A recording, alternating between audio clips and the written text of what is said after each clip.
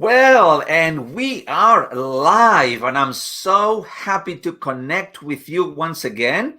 Alejandro Tornato here, coming directly from beautiful, and today is a great day outside, blue skies from Beaufort, Georgia.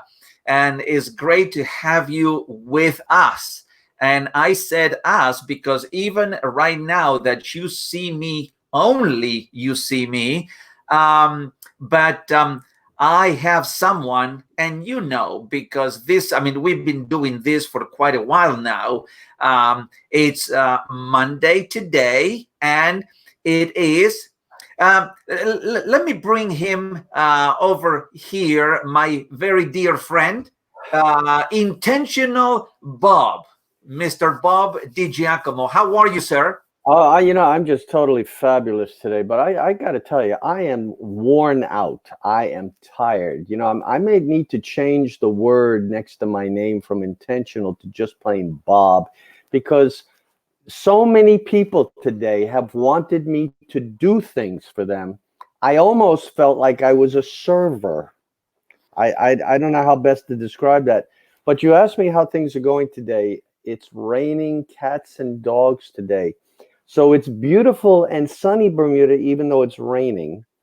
And, Um, and you, but no, yes. Let me just briefly interrupt you because I want to give a special thanks. To Mr. Chuck Parker. Chuck is watching us live, and thank you, Chuck. For joining us.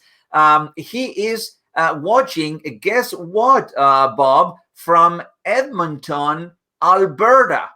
Edmonton, Alberta, Canada. So, we are, listen, I am so thrilled and happy because we are expanding the barriers. We are going international. so I'm gonna just say, hey, how may I serve you today, Chuck? Because that's as long as I've been serving everybody else today, one more is not a problem. But I do have to say this, because I know you asked me the question once, Alejandro, about water, fresh water, and why it's raining and we get excited when it rains around here, because there is no fresh water in Bermuda. That's right. And Yes. we have to store it under the house in special tanks, and we have to be so careful not to waste water. That's exactly. I heard it some time ago that water was going to become even a more precious resource than oil. Hmm. You remember, years ago when the battle between oil and water and oil and so forth, and then water definitely it's a resource that we have plenty of, but we have to um, uh, not waste it. We have to use it carefully. But coming to the topic that we want Yeah. to What what share, is what is the topic today? yes, the topic is servant leadership. It is Oh, servant leadership, and I know that you, Bob, and in my case, me too, just because we have been immersed into personal growth and leadership and even intentional living. That's where that intentional Bob hmm. comes from. Um, we heard so much, but so much about leadership and about servant leadership. Um, and I really want to perhaps take it in the direction of, um, you know, when it comes to leadership, I think that people have that idea in their minds that leadership is a title. Okay, we heard it so much. If you have a title on your door in your office or somewhere, you associate leadership to that title. Okay, um, other people is perhaps the reputation that they have. That the power that they may have. And yet, when we boiled everything down to the very basic idea of leadership,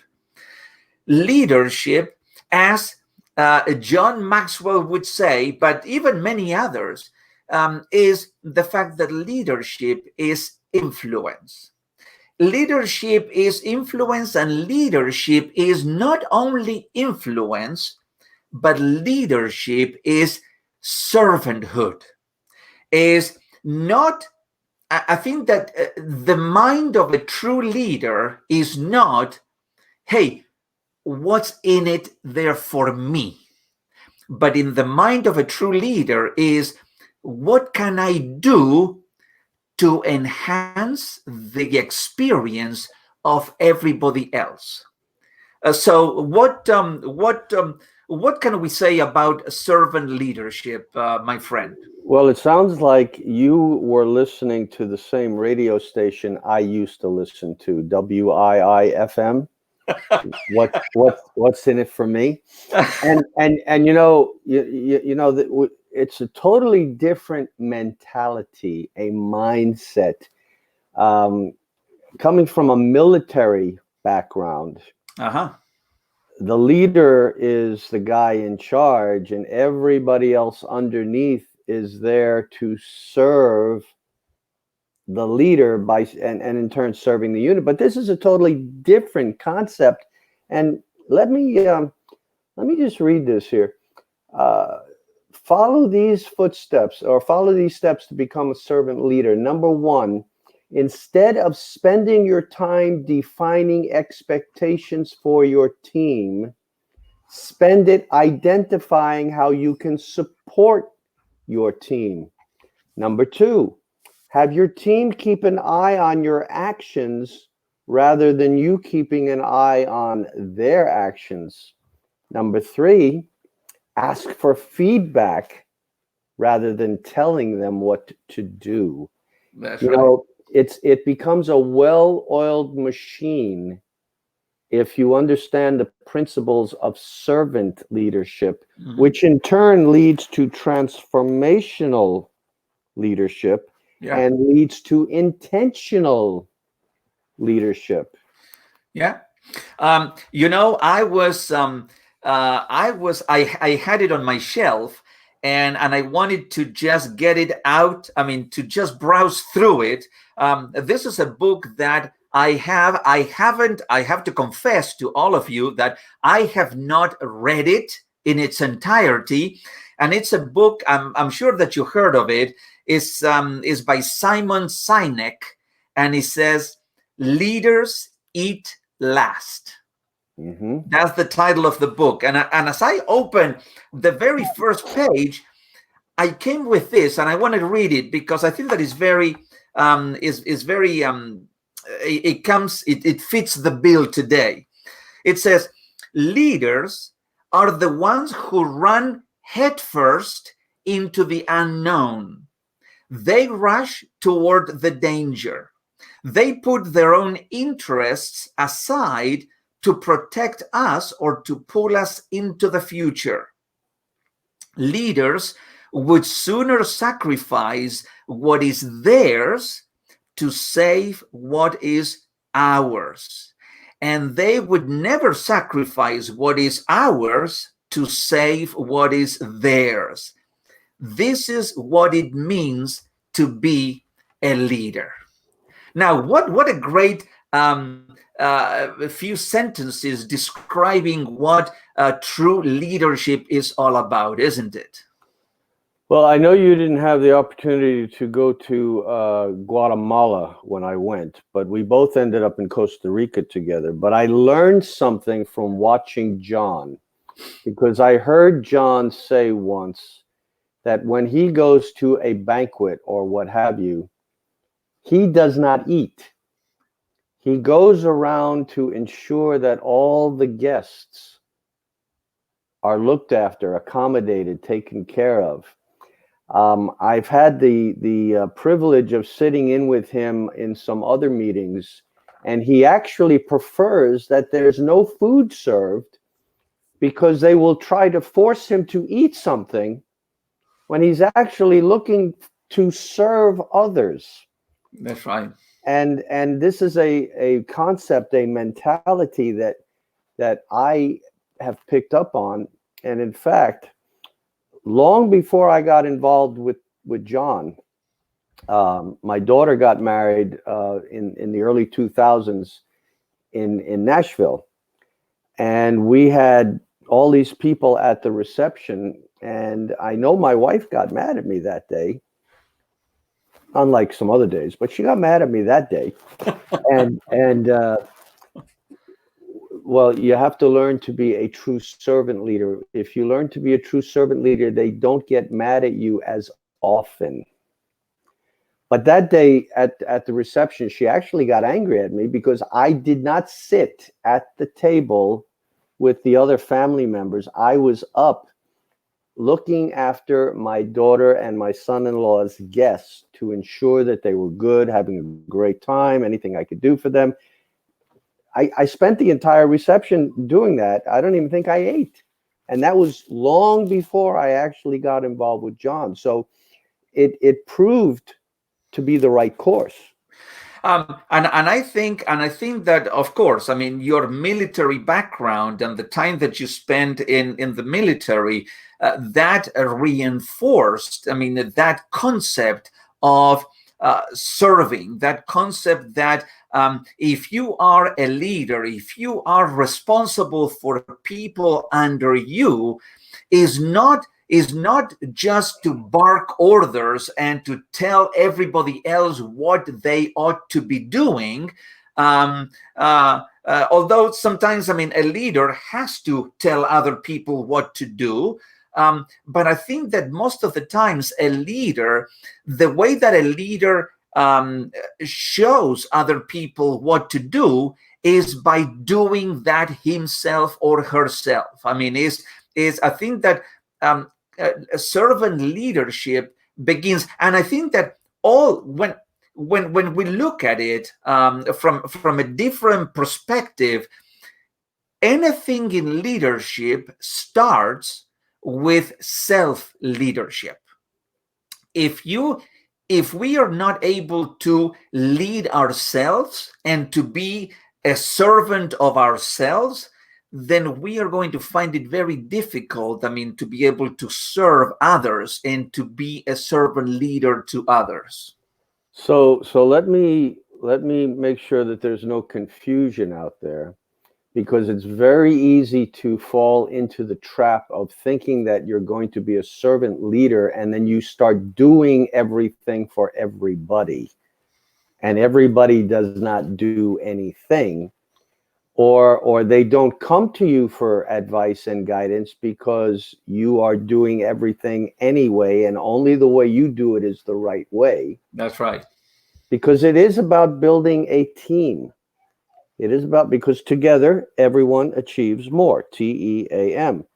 You know, we live on acronyms. The other day we talked about, and by the way, if these guys who are listening and watching today didn't tune into our broadcast on Friday on FOMO, the fear of missing out, YOLO, you only live once. You need to get back there and pick up that recording from Friday.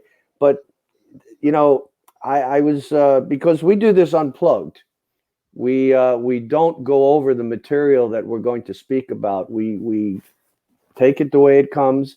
I know you did some research. I did some research.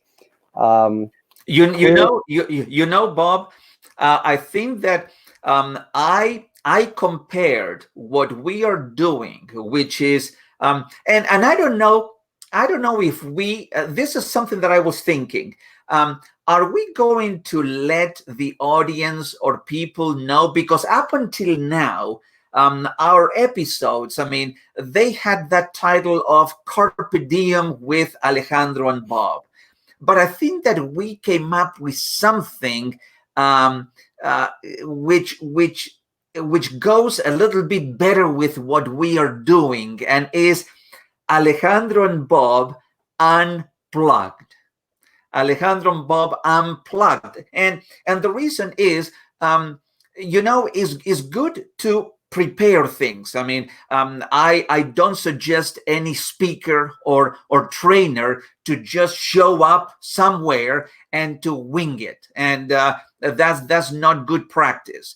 But one thing that we are doing with Bob is that at the same time that we are preparing things for this episode, but we let it flow. We want to be rivers of flowing, refreshing water, feeding wherever we go. And sometimes when we do that with less preparation and things that from our own experience and from the things that we have read, we have studied, we have participated in the past, there's a lot of content and a lot of material that we can share with everybody else, and that's what we want to do. I mean, it's a combination of preparation and spontaneity that I think that characterizes us and characterizes these episodes that we are doing. I mean, is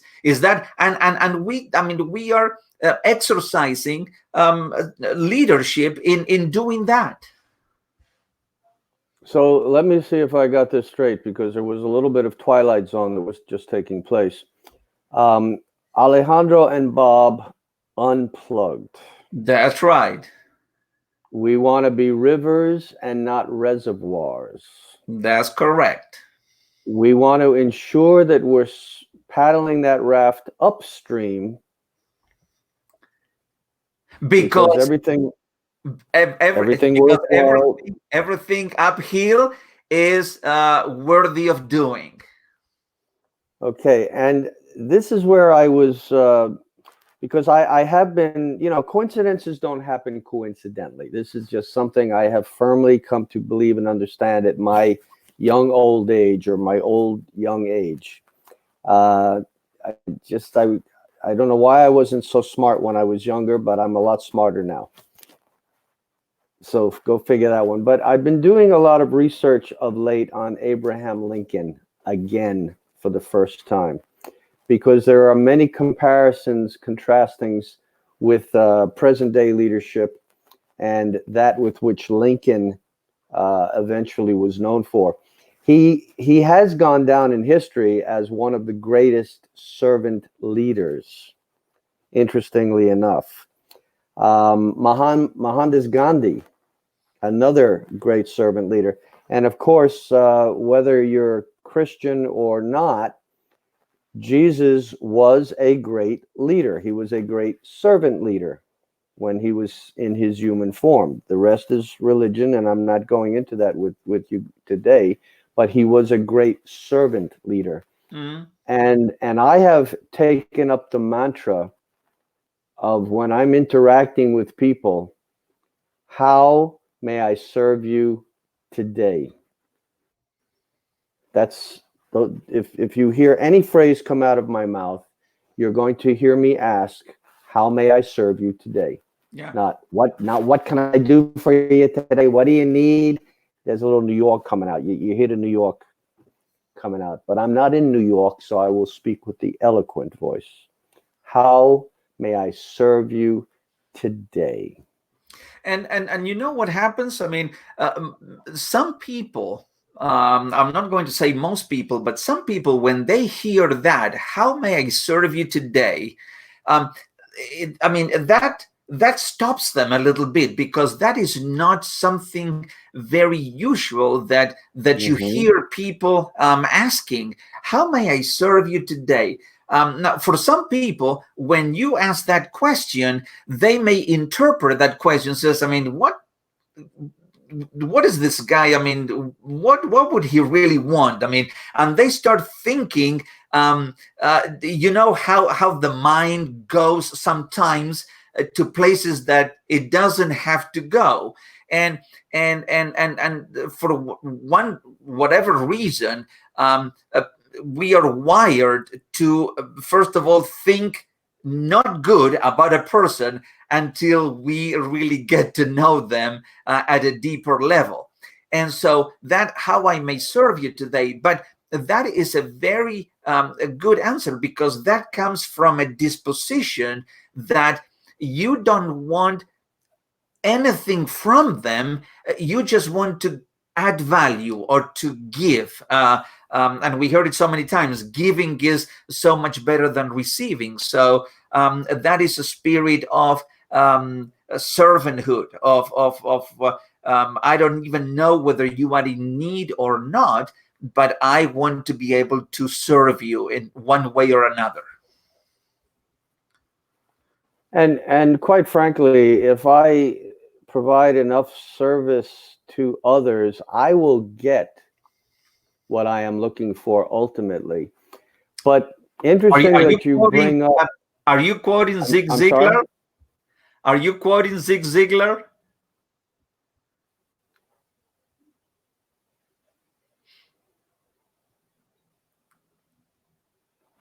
I think we're having a little technical difficulty.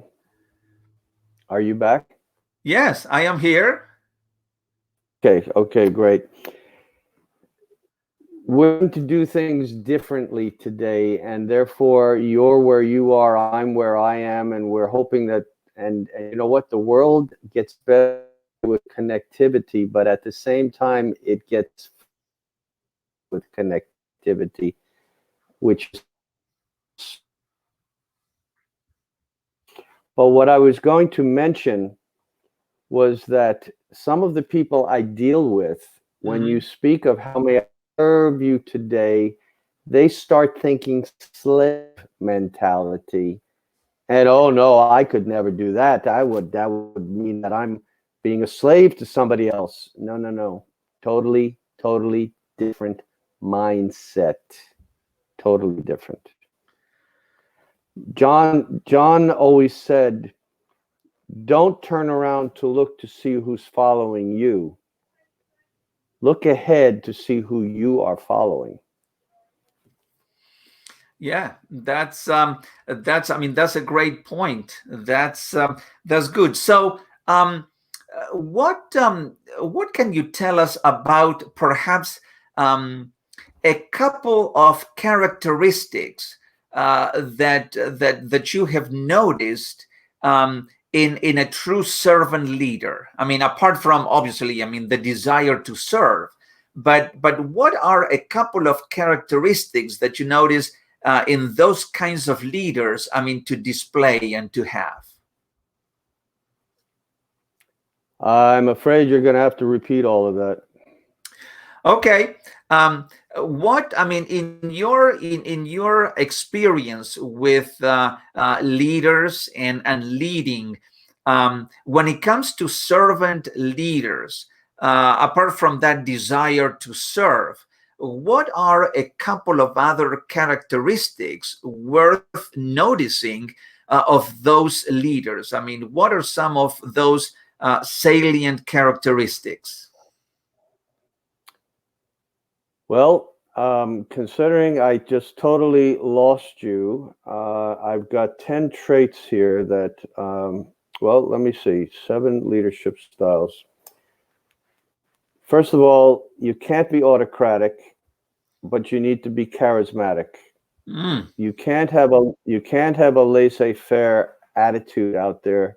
You need to be transactional. You need to be supportive. And even though you're in charge, there has to be a bit of democracy involved. It cannot be dictatorship. You're motivated not by a desire to control others, but you are motivated by a desire to help others and help them to realize and develop their fullness, their dignity, their power. Yeah. Because again, if you serve enough people properly, you will get an abundance in harvest coming back at you. Now, have you ever heard, because I certainly have, I remember some years ago, I was working for a company, I'm not going to mention the name of it, but there was this supervisor, and we were in the laboratory one day, and I was doing something, And of course, I mean, I was not doing it in the exact way that he wanted us to do it. And so he looked at us and he said very sternly, he says, you are going to do things either my way or no way.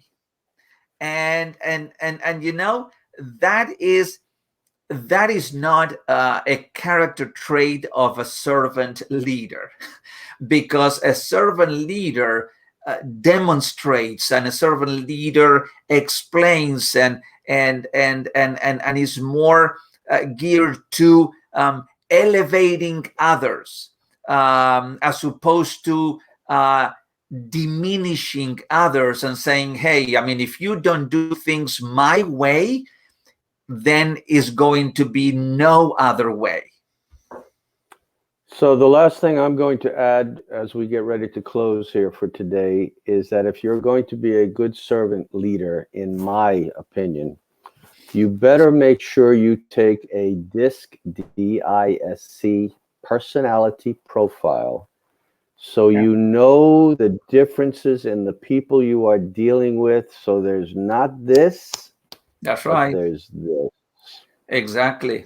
Yes, I truly agree. I truly agree, because when it comes to personality types, it's not that one personality is better than the other, but is knowing, first of all, knowing what type of personality you are as a leader will help you interact with others in a much effective and efficient way.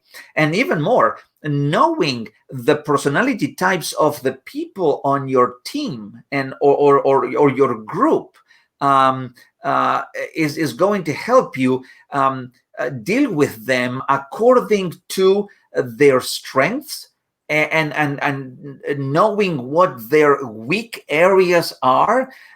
So perhaps, I mean, you can stay away from the weak areas and you can enhance their strengths so much better and higher. So yes, I mean, a DISC personality assessment is a very valuable tool to communicate better with others and to lead better with others, definitely.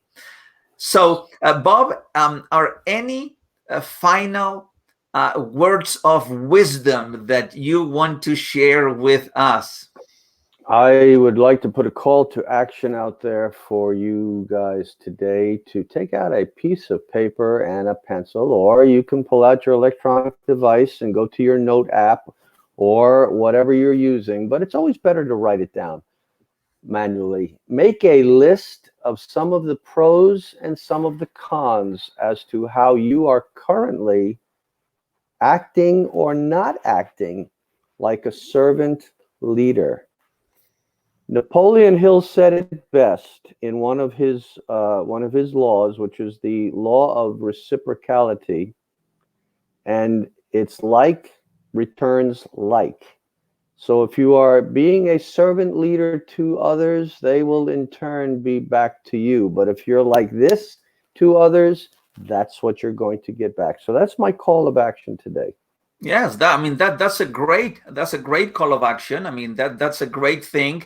And by writing those things in your notebook, then it's like journaling those, and that, you know, there's so much power in writing things down, because writing, it triggers your mind and even your subconscious mind into going deeper into yourself and pulling out of you things that perhaps you have not thought about up until that moment in time. So it's a great exercise. I would strongly encourage all of us, I mean, to go and do it.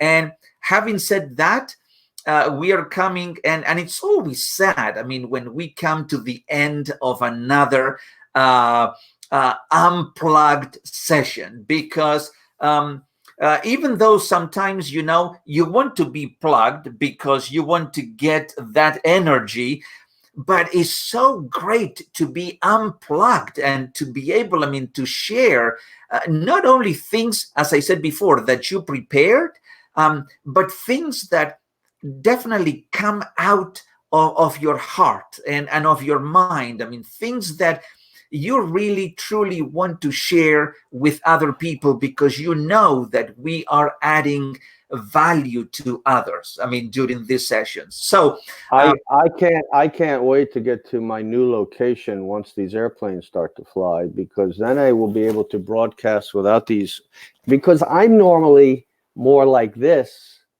and here I'm like this.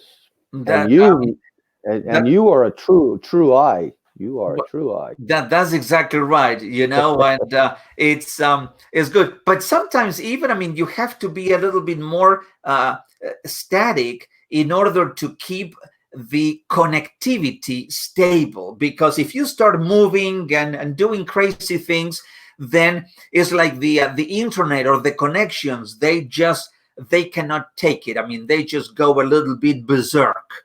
But Bob, it's always a great time to be with you and to be unplugged with you and sharing topics of value and interest, to us and to others. So up until the next time that we meet, which is going to be this Friday at 2 p.m. Eastern time, then have a great rest of the day. Enjoy it. And as I said, every time that we finish a broadcast, live every moment. Don't let the moment go by without actually squeezing all the juice out of it. Live it to the fullest. And also be kind, be intentional, and be well. And I'm going to add one more thing. Those of you that are watching this live or on the recording, invite some friends to join in. Serve them well. Excellent. I really appreciate that. Thank you very much. And until Friday, take care, Bob, and everybody else. Thank you, Chuck, and thank you, Elena, for being with us. All the very best to everyone. Bye-bye. Bye-bye, guys.